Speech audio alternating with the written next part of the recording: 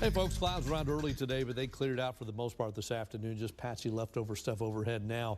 But we look to the other side of the Gulf of Mexico, and there goes our tropical storm named Nestor moving away from us, leaving all kinds of dry air in the western Gulf on the backside of it.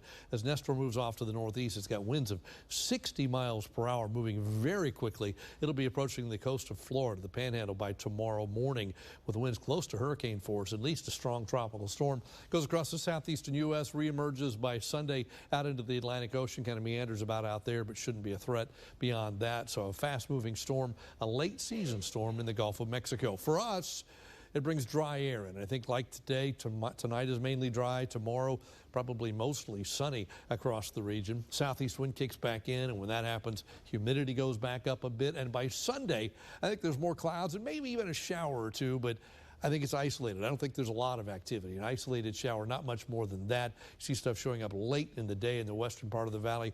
Better chance of rain comes on Monday when a front moves into the region. We bump the chance up to 50% for during the daytime on Monday, courtesy of the next front. These are the current temperatures across the valley. Still 91 McAllen, 93 in Rio Grande City, but cooler as you move eastward. Port Isabel's 83.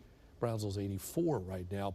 Overnight readings should bottom out in the 70s, except Harlingen perhaps at 69 degrees under mainly clear skies. Then tomorrow, it's a hot one for mid to late October. 95 Wesco, 97 McAllen, about 93 in Brownsville. The island tops out about 86. Our average high, the 30-year average for this time of year is 87. We're going to be above. We won't be below that until probably Tuesday of next week when the next front is through the area. This is what temperatures look like across the rest of South Texas. Corpus is 82, Victoria is 81, San Antonio is 82. A little wider shows Dallas, a little cooler at 75, and Lubbock at 83 tonight. Fronts on the map, but none of these fronts are going to get here. There's one in the middle of Texas by tomorrow, but it gets to about Houston to just north of Laredo and Stalls, but notice all the moisture beginning to come back in. That's why we think by Sunday there could be an isolated shower or two around. And by Monday, there's the next front. That one comes in Monday, could trigger a shower or thunderstorm, and then bring some slightly cooler weather for the middle part of next week. I think we're still looking at highs in the low 80s, but lows will be in the 60s for probably Tuesday and Wednesday, and then we'll warm back up as we wait for the next front, which is then due next Friday. So a front Monday, a front Friday. Fridays looks a little stronger, but even that doesn't look all huge or anything like that, but it will cool off a little bit for next weekend.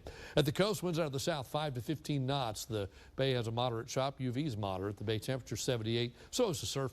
Low tide 12:40 tomorrow afternoon during the lunch hour, and then a high tomorrow night just before 11 p.m. Tonight then 72 for a low, mainly clear. Some patchy fog shows up later on. Then tomorrow back up to 95. Yep, 95, way above normal for this time of year. Your First Warn 5 AccuWeather forecast for the next 7 days looks this way. I think tomorrow is a mainly sunny day and 95.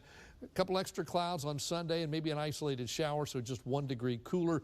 Monday, the next front comes in, triggers some showers, maybe a thunderstorm, lingering into early Tuesday. And then behind that front, only 81 for a high on Tuesday, with lows in the 60s Tuesday and Wednesday of next week.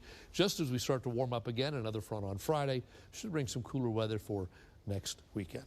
That's your updated First Warn 5 AccuWeather forecast. Now it's time for First and Goal coverage. Friday Night Football. Joel, where are you tonight?